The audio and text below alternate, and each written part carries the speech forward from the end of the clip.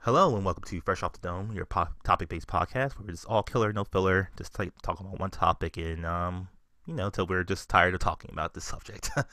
um, I am your host Brian Nabeshin Jackson, and I am joined with Caitlin Rowe. I'm sorry, I'm bad at this. No worries. What's your name? I'm sorry. Can you say it again? It's Caitlin Galiz-Rowe. Caitlin Galiz-Rowe. Okay. Um, and our topic today is just about video game coverage. Just like the ins and outs of it. What we think about it. And like even Caitlin's experiences in it. So in fact, I want to start with that. Caitlin, how's been covering video games for you as for your website? I guess you should like mention what that is as well too.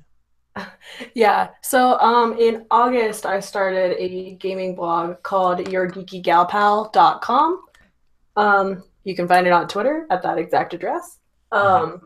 But it kind of spawned out of me starting to get interested in writing about video games and writing for a different site and kind of not seeing eye to eye with the person who ran that site. So in the end, I ended up kind of dipping out of there and deciding to do my own thing. And it's been interesting trying to figure out what I want to cover and like how I want to do it Mm-hmm. because I mean it's just me doing it, so I don't have the bandwidth to do some of the other stuff that even like Irrational Passions or like OK Beast is doing. And so it's been interesting trying to decide like, hey, I'm gonna, try to focus on writing about like indie games or things that people haven't noticed, and then just kind of writing more critical thought pieces on stuff that I care about and kind of avoiding things like the news or more like topical stuff. Right. Because I've read a couple of your articles, with the Night in the Woods, your feelings towards that game, and even like Danganronpa, how that you didn't really click with that game either. Um, and I just like your perspective of certain things. Like I wish I could read the Wolfenstein 2 one, but I haven't finished that game yet, so I didn't want to get spoiled. Oh Um, yeah, that's yeah. fair.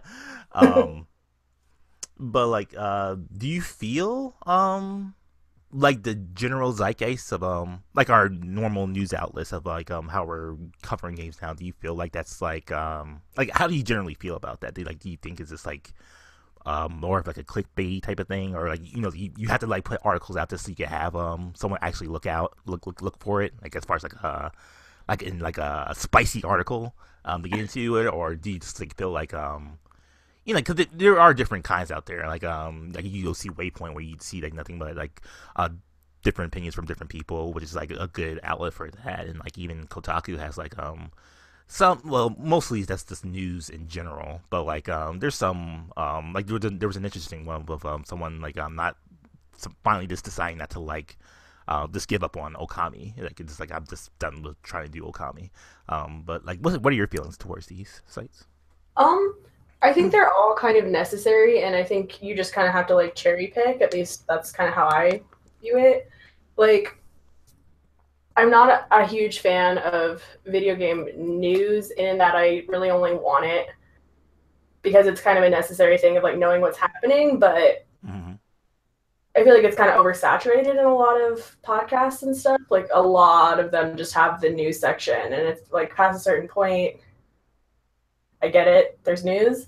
Yeah. Um, so for that, I kind of just only do Kind of Funny Games Daily because it's just a news show basically with like some takes thrown in randomly. Mm-hmm. Um, but if I want something a little bit more opinion based, I definitely go to Kotaku or not Kotaku. Sorry, I definitely go to Waypoint for like what you were saying. Those really good articles that are different takes from different people and are like pretty critically thought out and stuff like that. And then Kotaku is really good for weird stuff. Like if you want to just go down a weird rabbit hole with something, I feel like the writers at Kotaku are really good about digging that stuff up and talking about it in their articles and their shows. Mm-hmm. Like Gita Jackson just did a whole thing about how the bras in PUBG are ridiculous, and she like went to a lingerie consultant to like confirm that they were ridiculous. That's good, actually. Yeah, and it was amazing, and I was like, that's kind of what I want sometimes is just to see like people taking these seemingly really silly things from video games and being like, no, but look, they're actually really weird and ridiculous, and why aren't we fixing them? I Mm-hmm. feel like Kotaku's a good spot for that kind of stuff. So I guess it's just yeah, kind of going where you need to sorry, excuse me, going where you need to when you're in the mood, I guess. Mm-hmm. And I also want to talk about like the different outlets of like, cause there's like certain pillars of where we're like getting our video game information from. Whereas like like strictly YouTubers and influencers, whereas like it's more of like more of an opinion, like probably this 100% opinion, I should say, with like some with some industry like backing as far as like early access or whatnot, and then we have like a sort of like a middle tier type of thing where it's like where that's kind of where you're kind of funny and like Easy Allies or some other sites like that where it's like previously journalists and from like Ear Game Trails or IGN or whatever, and like they're just like now YouTubers and like like they have a website but like you don't actually go to that website for like anything like as far as like getting information as far as like the content that they make, and it's more about just the content more than just about like the news and the video games that they're actually covering. And then we have like our actual sites like our Kotaku's, our Polygons, where it's just like there's nothing but news and like nothing but articles and nothing but opinion pieces about like these certain things. And like do you feel like because we have all these pillars and like I just feel like where do you like generally fall into? Do you like the YouTuber just like general hot takes at certain things, or do you more prefer the more traditional, or are you more in the middle? Um, I'm actually not a super huge YouTube person, which I feel like is kind of weird and not great for someone who wants to cover video games. Mm-hmm. Um, I just don't really do videos that often. It's not really something that I engage with. So usually, if someone has a video podcast, I kind of hope that they also have like audio stuff. Mm-hmm. But I don't really follow any YouTube personalities so much. It's mostly just like, oh, someone happens to have a YouTube channel. Right. But I think mostly I kind of gravitate towards the bigger sites for the criticism and stuff, I think more, or again the weird stuff, just because they have the ability to kind of do that stuff since they are so large. Mm-hmm. But yeah, I guess it's either that or more of the indie stuff that like we're all doing, because I feel like there's some hidden really good stuff in there that people are kind of missing because it's small. Um, so I try to either seek that stuff out or go for the bigger kind of criticism or wacky stuff with. Kind of funny, I guess. It's kind of really the only like mid tier thing I interact with. Yeah. Yeah, I'm more or less the same too, as far as um like I like hearing their opinions on certain YouTube shows. Not that I actually like take them to heart. Like because sometimes it's just like it's like overly negative or just like overly like to like conspiracy theories about like what's really going on. Like they know what's going on, and it's like you probably don't. You're just making wild speculations and jumping to conclusions and like kind of just like dogpiling on something. And I'm not really towards like negativity, to that extent at least. Um, but like I do myself prefer like the professional sites. I do prefer like the Polygons and the Kotaku's and like in the middle tier too, as well as like Easy Allies and kind of funny because like I feel like there's a more fairness to it, even though it's like more of like even though the companies are more involved with them, more or less you could say, as far as like the outreach and like we can actually get in contact with them, like actually give them like general information, like they actually tell you the reason why something like this is happening or something like that. Like why is Destiny fucked up right now? It's like, oh, it's because of this. And they can actually like talk to somebody about that probably. I'm just saying it. I'm just speaking out my ass, but I'm just saying. um, and I just feel like because like there's always like this distrust as far as like the professional sites like your IGNs or whatnot. Just because of like I guess their outreach and like how big they are and like the I feel like I don't know, like I've never been the person who like was like totally distrusting of like this one company like when a review comes out for like I don't know like Pokemon or something like that and they give it like a 7 and it's like, oh, they're getting paid off or something like that. I was never really that type of person, so like I never really valued that opinion as far as like most people do, but like yeah, I'm more towards that realm of things.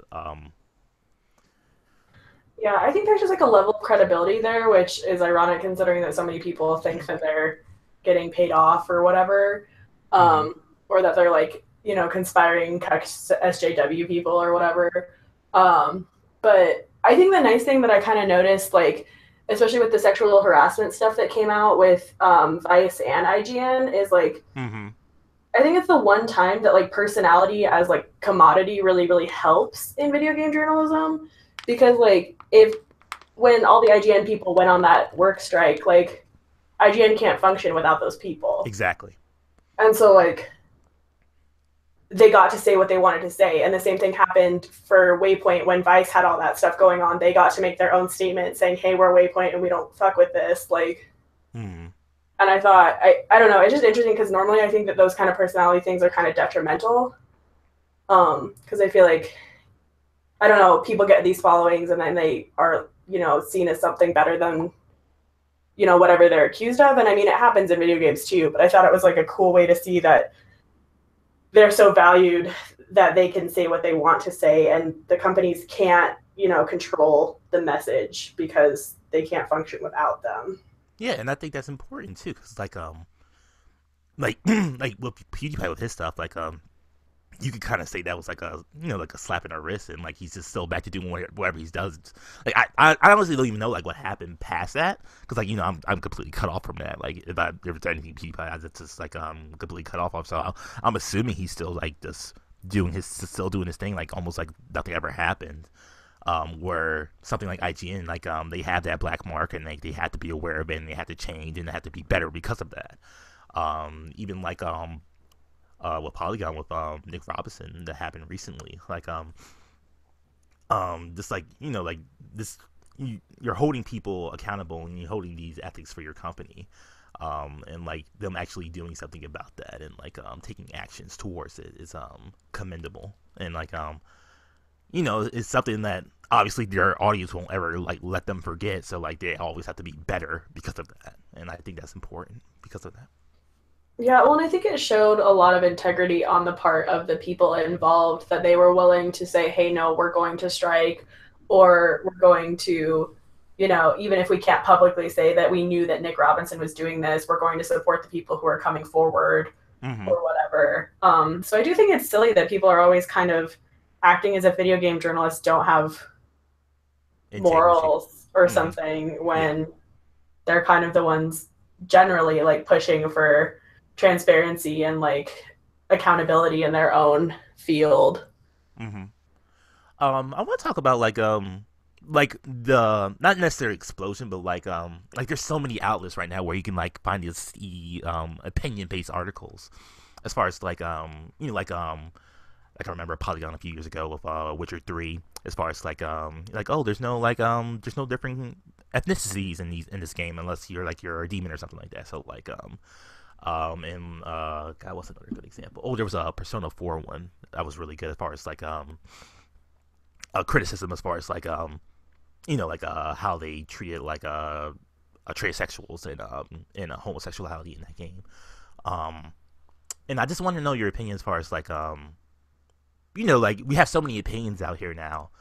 It's generally it's kind of telling us they're not doing good enough, but I think you should because I had to admit like a few years ago I was somewhat turned off by that because oh nothing's ever good enough, and it's they should do more, and but like I've grown more as far as a person, as far as that, as far as maybe they're not doing enough, but I think we're not. I think they are giving credit towards it because we were talking about it, but it's more of they wish it turned out differently. Kind of like your article about Life is Strange, where it's like it was gay, but not gay enough. You know what? Yeah, it wasn't like really gay. Mm-hmm. It was like they threw the last coat of gay on and then shipped it out. Right. Did you Yeah, have thoughts on it? I'm sorry. yeah, no, I think it's important to have those kind of pieces out there. And I do get the fatigue, I guess, of people being like, no matter what, it's never good enough, blah, blah, Mm-hmm. blah, blah, blah. I get that. But I think it kind of stems from like a larger issue when we talk about like activism and issues as far as the fact that people are so used to the status quo that when someone comes along and says, hey, this isn't like working anymore or it's not good enough, I think people automatically want to be defensive because, you know, some part of you knows that you're benefiting. Mm-hmm. And so I think it's easy to be like, no, you're asking too much. And it's like, well, no, you have to take a seat back and look at like, okay, why are video games still mostly white dudes with beards? Right. Like, that's a real thing and you can see it tangibly. So you have to think about that. And so I think like, oh, and sometimes the opinion articles definitely can get like too wild and like too nitpicky on things that like kind of don't matter. Mm-hmm. And I think it's unfortunate that it's created this like witch hunt for the quote unquote like SJW stuff of like it all just kind of gets written off as like whiny or complaining or like talking about nothing when like a lot of the stuff is super important to bring up. And so I think it's good that those articles exist and can kind of spur conversations, but I wish that there was a little bit more nuance surrounding the conversation. Mm-hmm. Especially too, because I feel like people gotta like realize that opinions aren't monolithic, like even within a like a brand or like a platform. Like for example, like Waypoint, I was reading some stuff on there, and like there's a freelancer named Cameron, and I can't remember their last name, but they wrote a piece about Wolfenstein 2 and like the tone clashing, and like I thought it was super interesting, and I kind of got what they were saying, but I didn't necessarily agree with them, and I Right. feel like that's okay. And I feel like people got to be more okay with like realizing that you can not agree with people, but also there's a difference between like not agreeing with an opinion and having like a real very harmful ideology. Mm-hmm. And there's kind of like it's okay to call out harmful ideologies, but it's also okay to not agree with the people that whose like stuff you like to read. Exactly. And at the end of the day, too, they're not really like taking away anything from you as far as like how you feel about that game, or if it's taken away from you, then it wasn't really that strong of an opinion to begin with. Like if you're like, it's like, oh, they're judging this and like it's changing my opinion on this game. It's like maybe that's a good thing. Like maybe it's like give you like a different outlook towards it. Like there's a lot of opinions about like Persona 5 for general, which is like for me personally like it's like one of my favorite games ever, and it's like and it's valid opinions, you know, like how Ann is treated in that game and how she's shown, and like um you know, like how basically it's mostly around honest as far as like how like she was like being sexually harassed in that game, uh and like, you know, she has like a really strong stance about like, you know, being independent and being herself, but then like as soon as she's in the battle scene she's like bending over, and like in the cat suit you can pretty clearly see her ass and stuff like that. So it's like that mixing together, and that's like turning people off as far as that, and I can totally understand that.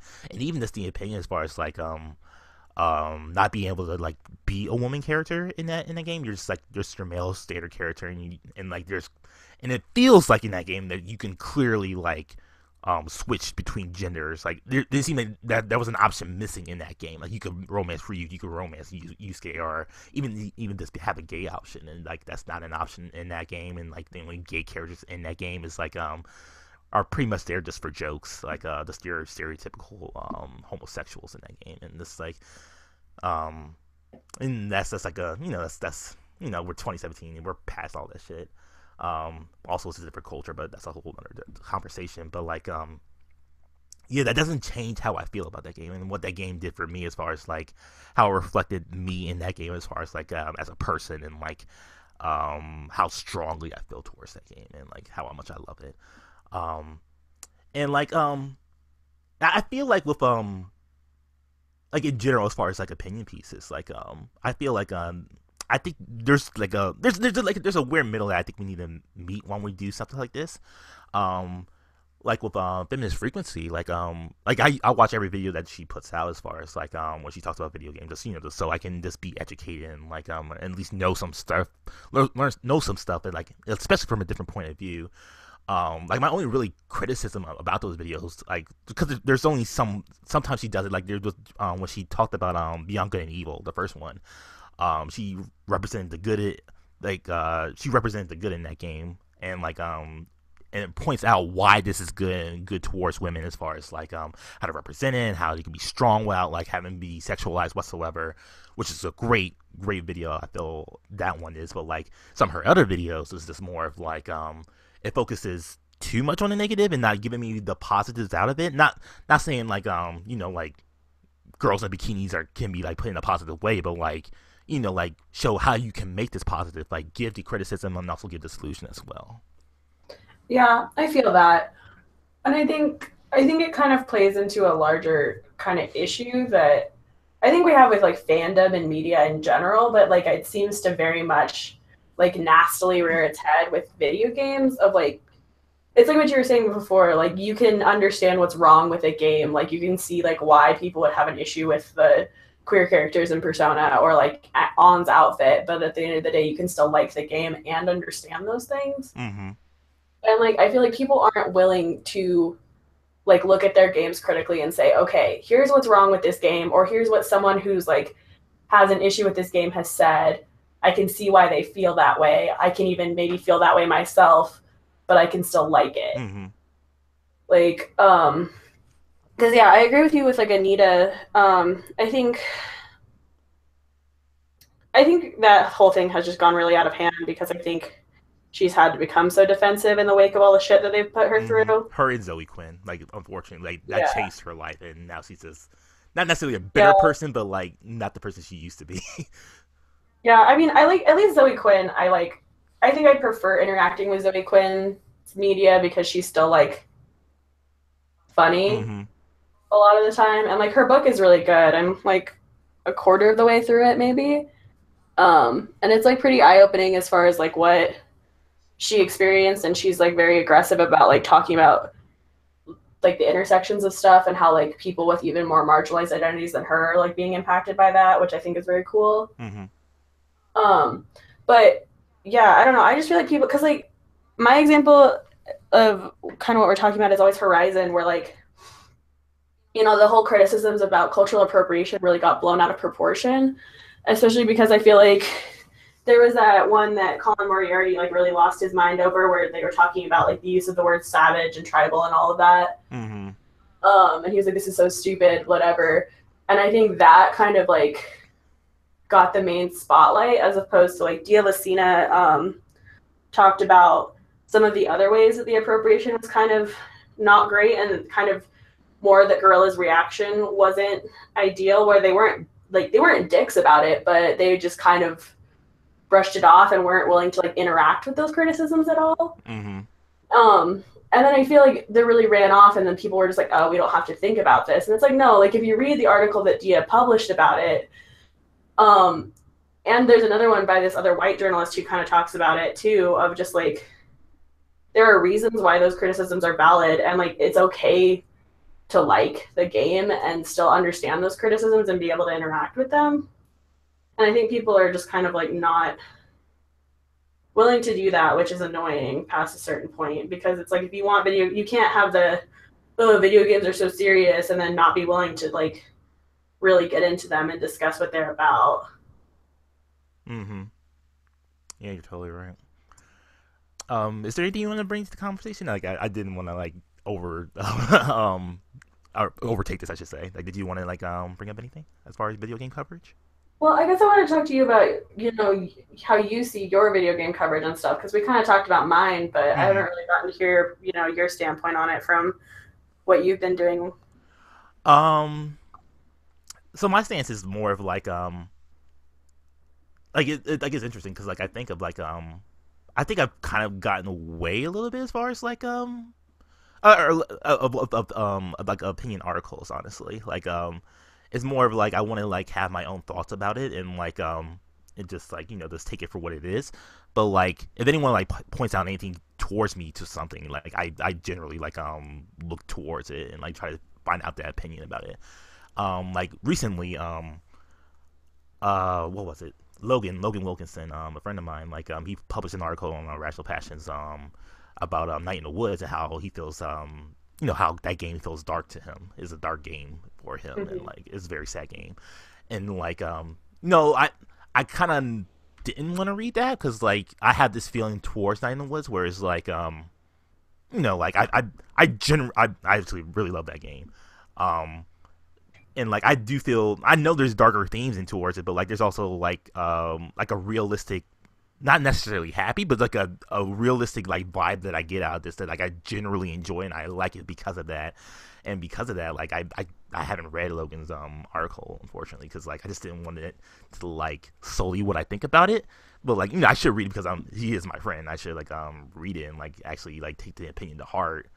But like there's also like I feel like there's almost like too many opinions in the pool at the same time because like it's kind of like more of like the Twitter hot take type of thing where it's like you just put out like, hey, Zelda Breath of the Wild, it's not that all that great, and it's like like I don't really need that.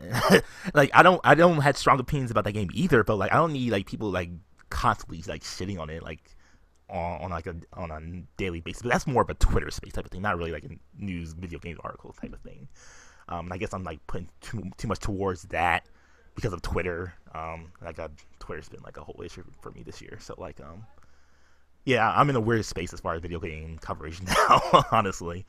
Um, Especially like being a fan of like being mostly a fan of like Japanese games and like and like Japanese games have been an issue like for fucking ever.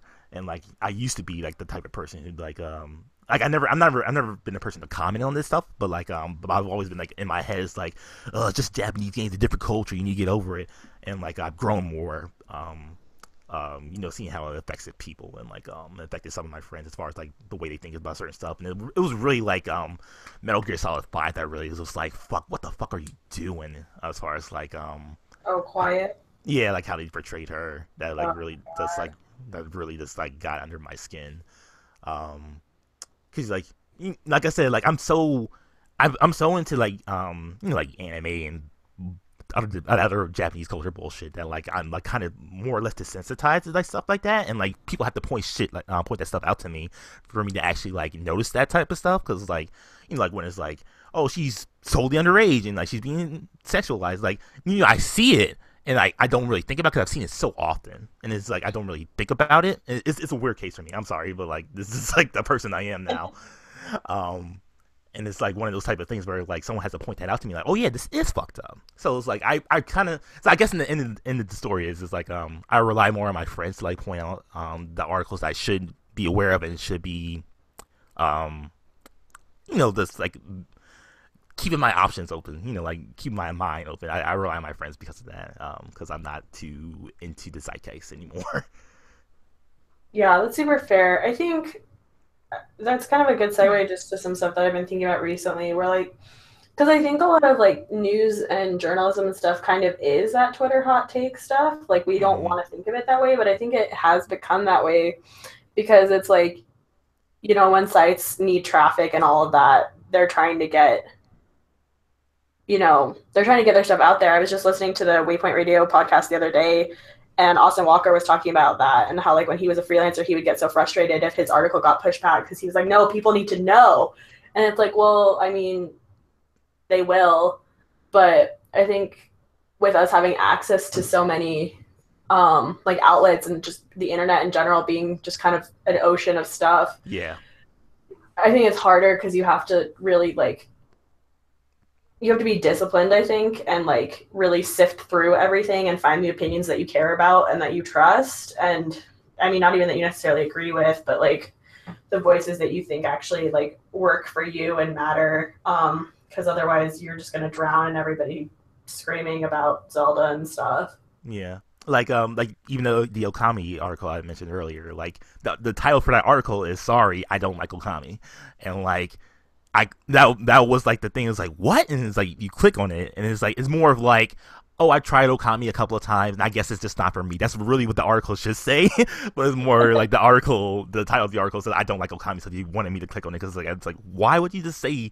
something so blatant, something so blunt like that, and just like it's more of like Okami's not for me, and like I'm really sad about it, but you know that's just the age we live in, though. Like unfortunately, like it's I don't want to say like like Kotaku or Polygon or clickbait or whatever, but like it's more of like you do have to put something up there for you to click on it because that's what got me into that Okami article. So I guess I guess that's fair. Yeah, I mean, headlines, just from writing myself too, I'm like, oh God, what am I going to call this? And then it's just, it's just such a like a weird tightrope of trying to figure out what's going to catch people's attention and what's going to be accurate to what's in there and what's going to look good for like SEO and stuff like that. And it's just Mm-hmm. such a mess, honestly. Like any article that has like a question mark at the end of it is just like, ah, oh, don't do that. Yeah, I know. I like my favorite thing is listening to Rob Zacny from Waypoint talk about headlines because he just throws out like really absurd, like they sound like randomly generated bot ones sometimes. I know. I love Yeah, I it. know what you're talking about. But something too that I kind of thought of while you were talking about, being into like Japanese games. Do you have? Because I know people, especially like with the whole Cuphead difficulty thing, like, do you have any preferences on like the experience or I guess the preferences of the people who cover games? Like, do you want them to super specifically like be a JRPG person and be super good and like all of that kind of stuff, or like how do you feel about all that kind of coverage? Is it? Yeah, I know what you're talking about because like what recently that Cuphead thing where it was like the guy couldn't like get through the first level and people had a big stink about that and I remember like years ago I think it was like Gears of War 3 or something like that someone covered that game and like or reviewed that game and like they didn't like third person shooters and it's like Cliffy B like put a like, statement out like well you should be playing my game or something like that. Um, I'm not too much into that honestly because like it's more about like knowing who's reviewing it, and it's like I hate the point where it's like IGN like it's true but it isn't. It's like IGN reviewed Pokemon and he said it's too much water, and that's an opinion. That's just IGN's opinion about it. And it's like yes it is, but yes it is at the same time. That was Kaylee Play's opinion about that game, and it's like that's fine, and like, that's her opinion about it. And like you have different outlets, read the damn article and like know who these people are and like why they feel this way or why they shouldn't feel this way. Um, of course, I'm more of like someone who gives more credit to people than most people do, and I'm not someone who really scrolls at the bottom and like see like the score and like that's it. I try to find a nuance of why they feel this way. Um, but like I feel it's fine. Like when people were like talking about how difficult Wolfenstein is, and like they had to put it easy to like enjoy the game, and they still enjoy the game because they put it on easy. Like that's fine. Like whatever you need to do to enjoy that game is fine. Like I'm playing Wolfenstein on normal because that's just the type of person I am. I like to play the standard, and that's just generally how I feel about like that type of stuff.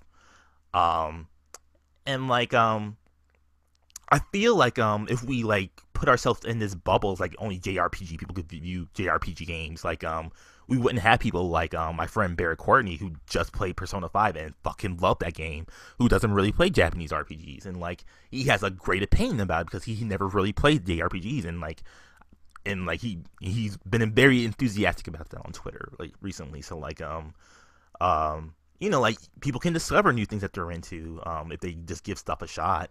I just think just the context is important. Like saying like, hey, I'm not really into this, or I've never really been into these type of things, but like, this is why I like it, or this is why I don't like it. It's all about context, really.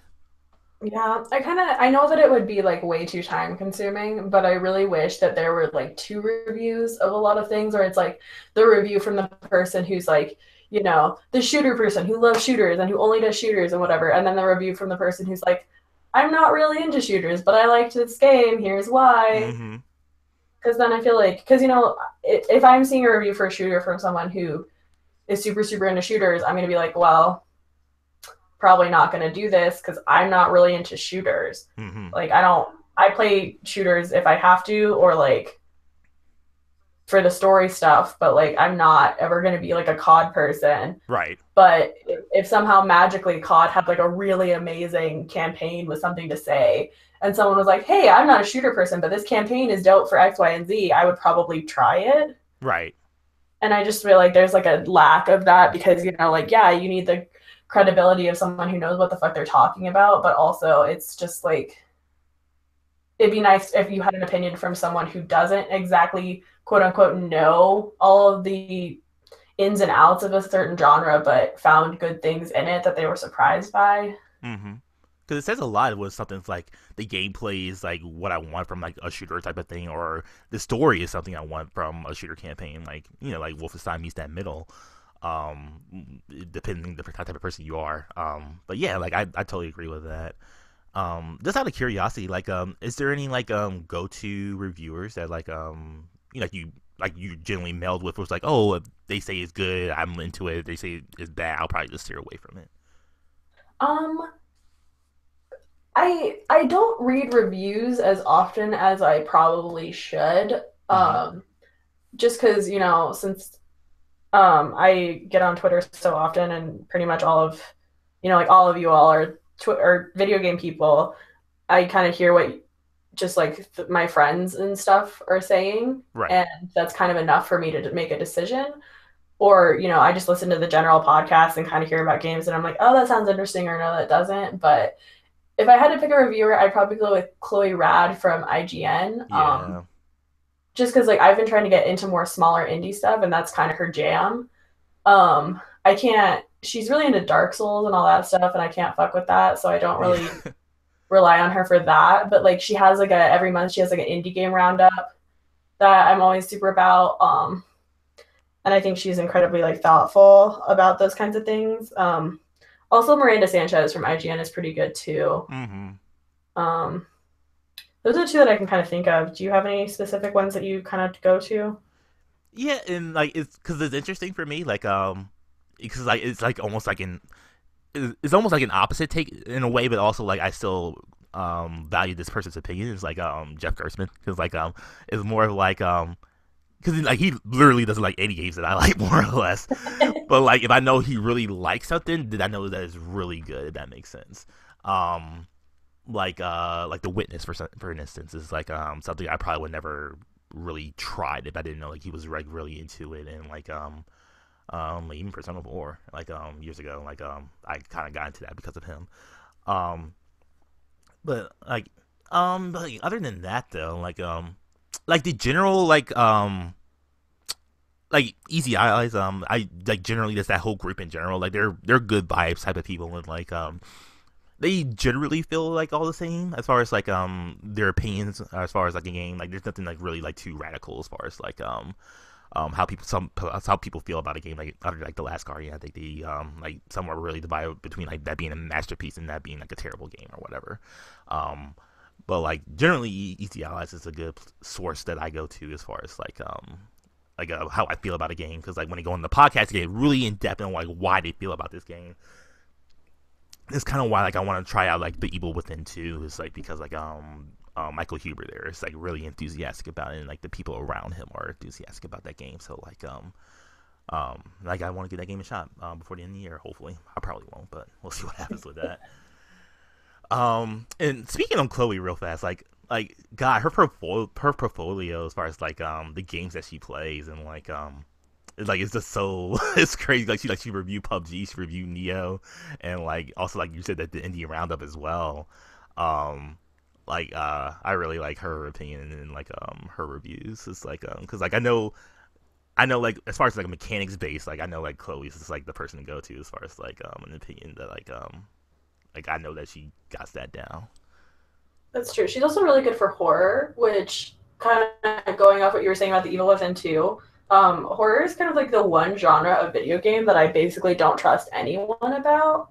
Which I feel like is probably kind of pretentious of me, but like I really, really like horror, and I feel like it still gets a bad rap for being like not artistic enough or not like mainstream enough.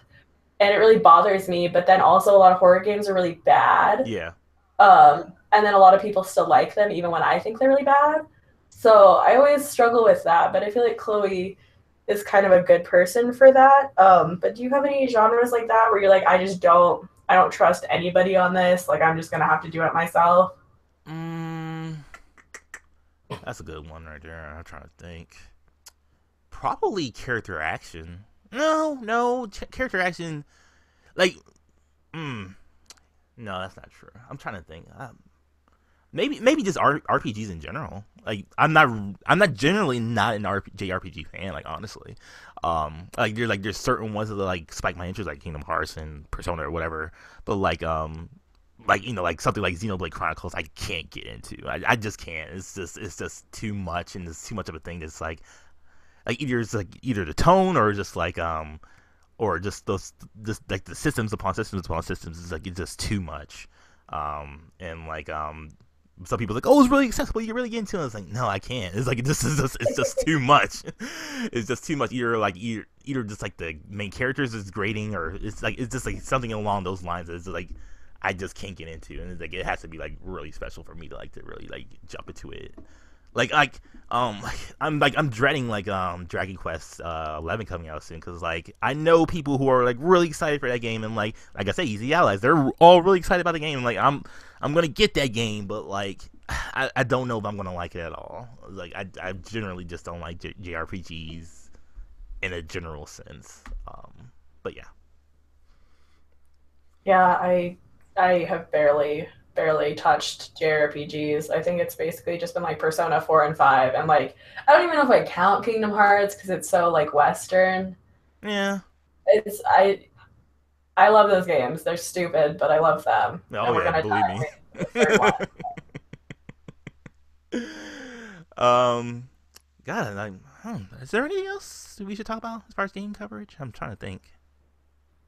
Um, I don't know. Those are kind of all the thoughts that I kind of had as far as the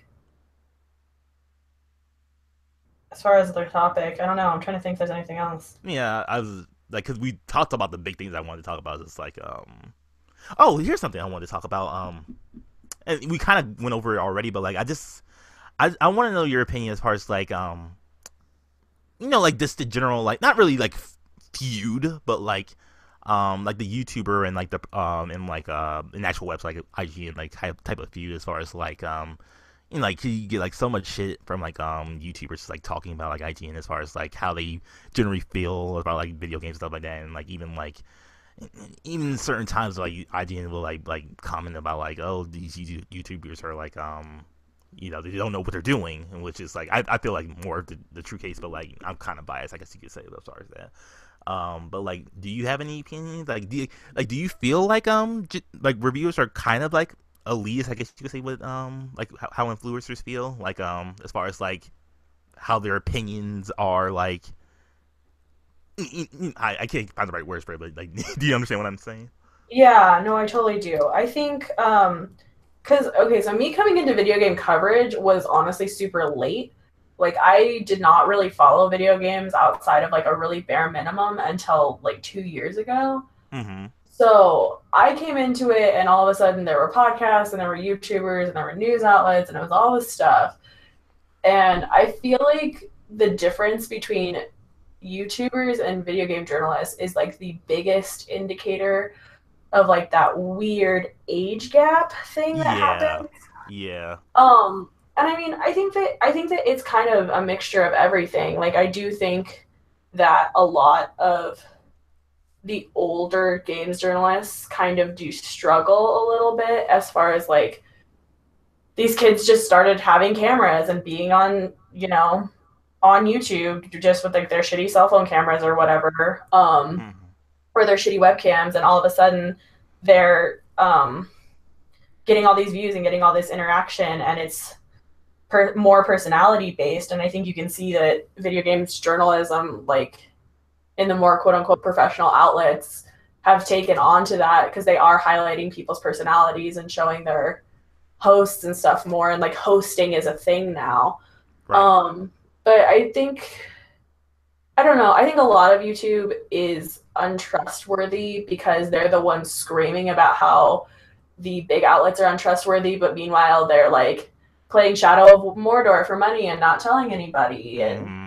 which, granted, that was a while ago, and I think it is a little bit more transparent since then. But like, I don't know. I just think that YouTube is still kind of more the Wild West, especially because corporations can dip their hands in immediately, and it's all this kind of unmanaged talent.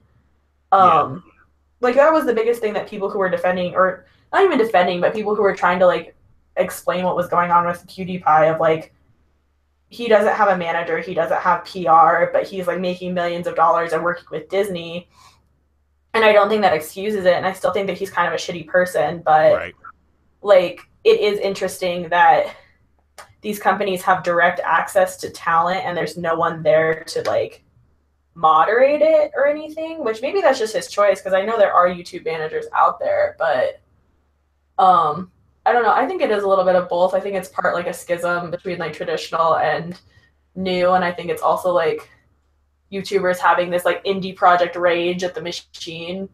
Even though a lot of the time, like I guess not a lot of the time YouTubers are successful, but there are a lot of really successful YouTubers who have proven that you don't need to be with an outlet. Mm-hmm. So I don't know. I think there's more issues with credibility as far as YouTube goes because it is just kind of still more unmoderated. But I think that there is a little bit of elitism somewhere. I think it's a little bit hyperbolized, but especially now because most outlets have YouTube channels and are doing ridiculous shit. Like Polygon did Carboys. Like Yeah. so like I think they're less separated than people want to make it out to be. Mm-hmm. And it's, And also indie YouTube isn't as indie as they want it to be either because again, like PewDiePie worked for Disney. Like right. Yeah, I totally feel you. And like, yeah, I guess I'm with you too as far as that too, because it's like you just think about certain things as far as like probably like the biggest thing I could like think of is like as far as like the corporation size like IGN's Prey review where it's like they rated it, I think it was like a 4.0 when it's like in its broken state. yep. And then it was like they had to change it to 8.0 when it was actually a good game again. um and it's like like and then there's like all the Metacritic system or and all that other stuff, and it's like because you can understand that they're trying to put it out that it's like, hey, this game doesn't work and you shouldn't buy it yet, but like it's a good game, but we have to wait until it's actually functioning before we can actually like put it out there. But like like because and I understand it too, because like that's the thing, because like they're in a weird position where it's like we have to like get this message out to our audience. We have to like while the zeitgeist is still high in the first week, and that's what people are buying in games, so we have to let people know about this. But like the company itself didn't like put out the patch yet to actually fix the game yet, so like we can't just sit on this, and like no one reads the review in progress thing. So like so what you're gonna do, so like we have to put out something to let them know don't buy this game, and then when it's fixed, like we'll change it, even though this fucks on Metacritic and Overcritic and all this other stuff, as far as like how we initially feel about the game. It's a weird tightrope thing, and it's like they'll get criticized for that, and it's like and like YouTubers will like tear them apart. It's like, whoa, like they fucking shit on this game. This game's actually Oh, hello? Nabeshin?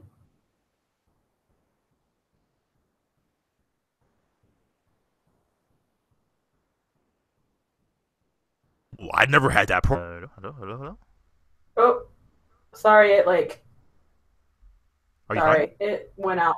Oh, can you hear me? Yeah, I hear you. Okay, yeah, sorry, it just like stopped working for a second there. Oh, okay, that was weird. I don't know what happened. Yeah, Uh, I heard you. I guess you didn't hear me. So yeah, but no, I get that. I totally that prey thing. I like got really irritated with someone that I was writing for at the time because like they were like, this is the problem with big stuff. They're just shitting on this game and it's like it's not honest and whatever. I'm like, no, this is him being completely honest. Like mm-hmm. this is him saying like, yo, this was my experience with the game and like I'm out here like we have like that was like I felt like that was like journalistic integrity of him being like, yo, this game is fucked up right now. Right. And like it was annoying to me that they were like, oh, well, it only happens like 1% of the time. And it's like, well, yeah, but they're fucking IGN. If they don't talk about it and it happens 1% of the time for all the people who buy Prey because IGN said go buy Prey, like they're gonna get firebombed. Like you could remember like Skyrim on PS3 like a few years ago, and that like how that was like a buggy mess. It didn't work on that system, and like I think that was like a 9.5 on IGN at the time. So it's like one of those things. Is like like what do you do? And it's like, and I think yeah, Dan Stapleton made the right choice on that. So mm, it's hard.